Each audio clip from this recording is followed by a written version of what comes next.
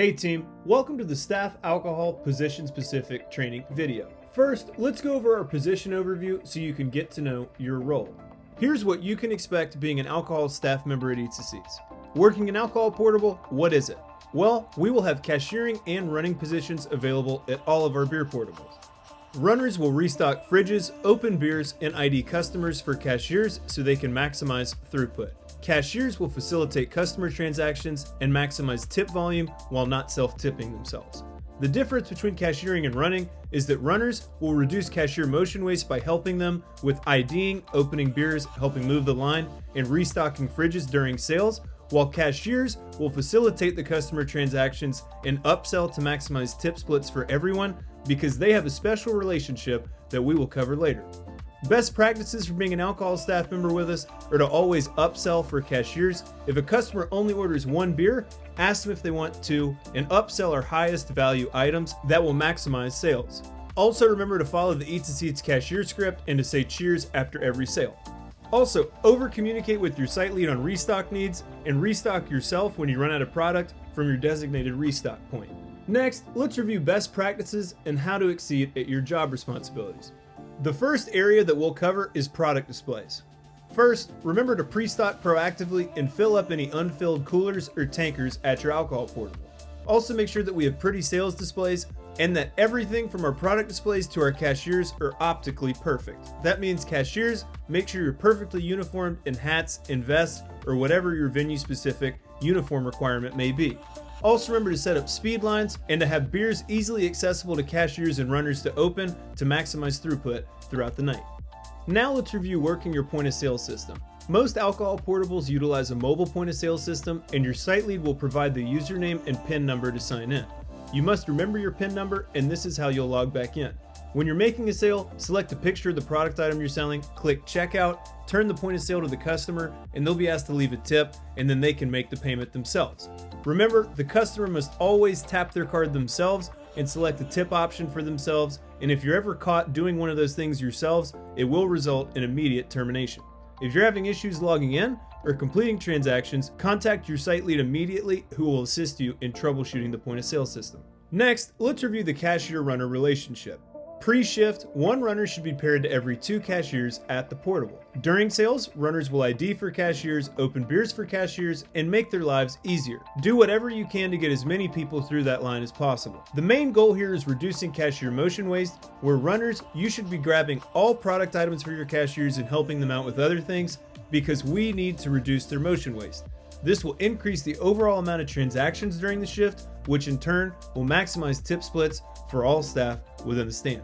Remember, the cashier-runner relationship is imperative to the success of your portable. Now, let's review tips for you to drive more sales and to reap the benefits tip-wise. Always utilize the EATS2SEATS service script to upsell and to maximize sales. Remember to say cheers after each sale because that's our version of the Chick-fil-A My Pleasure. Also, value the cashier-runner relationship. Runners, make it your priority to reduce cashier motion waste, and cashiers, focus on upselling and being friendly to maximize tip splits for everyone. Both of these in sync will maximize throughput and increase tips for all. Cashiers, have a personality and have a good time interacting with customers. Be personable, ask them about how their day is going, and ask them if they are enjoying the game. Some other notes on tips: remember, you may never self-tip yourself and to always upsell, prioritizing our highest value items. Lastly, let's review our alcohol policies and our EATS2SEATS alcohol safety policies. The general alcohol laws that most likely will apply to your venue are the following. Law number 1, we may never serve more than 2 beers per customer. If they already have one in their hand, you may only serve them 1 more. Law number 2, we must ID every customer, and if you have any doubt as to the validity of the ID, you are empowered to say no. Law number 3, we must open every beer we serve, keep the cap, and throw it away at the end of the shift. And lastly, law number 4, never serve to a customer that already seems intoxicated. If you have any concern as to the inebriation level of the customer, you are empowered to say no.